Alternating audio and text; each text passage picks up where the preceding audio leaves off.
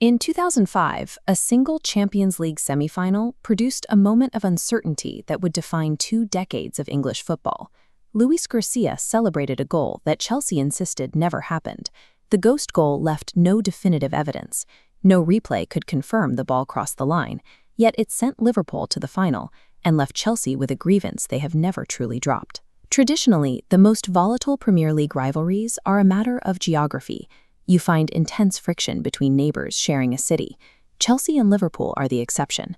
Separated by 200 miles, they compete with the ferocity of a local derby.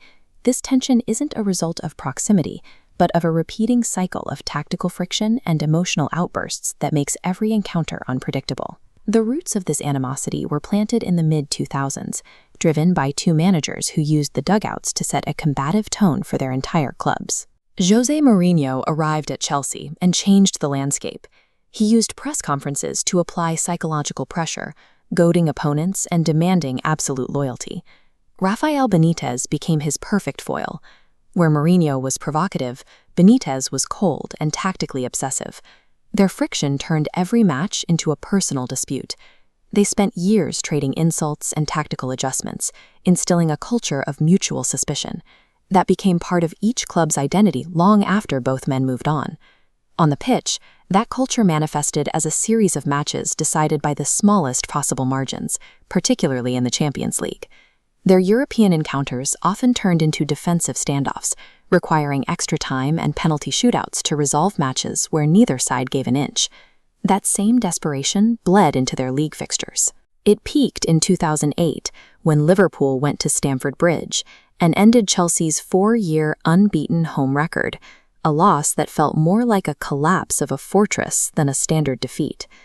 Adding to the tension is a recurring trend of players crossing between the 2 clubs, only to return and haunt the team that let them go. Mohamed Salah spent a frustrated season at Chelsea before finding his world-class form at Liverpool. Since then, he has consistently scored against his former club, including a long-range strike that remains one of the fixture's most famous highlights. Daniel Sturridge followed a similar path. After leaving London for Merseyside, he delivered a stunning equalizer against Chelsea, silencing a crowd that once cheered him. These moments carry a specific weight. When a former player decides the match in the final minutes, it transforms a tactical battle into a personal narrative for the supporters. The sheer frequency of these high-stakes games eventually stripped away any sense of routine. The 2005 League Cup final, for instance, was a 120-minute brawl that left players on both sides physically and mentally drained. That intensity occasionally broke through into raw human emotion. In 2008, Frank Lampard played just days after losing his mother. When he scored the decisive penalty to send Chelsea to a final, the celebration was a release of immense personal pressure. This emotional volatility has not faded with time. Even the most recent encounters are defined by sudden shifts in momentum. In 2025, Chelsea performed a guard of honor for the new champions, Liverpool.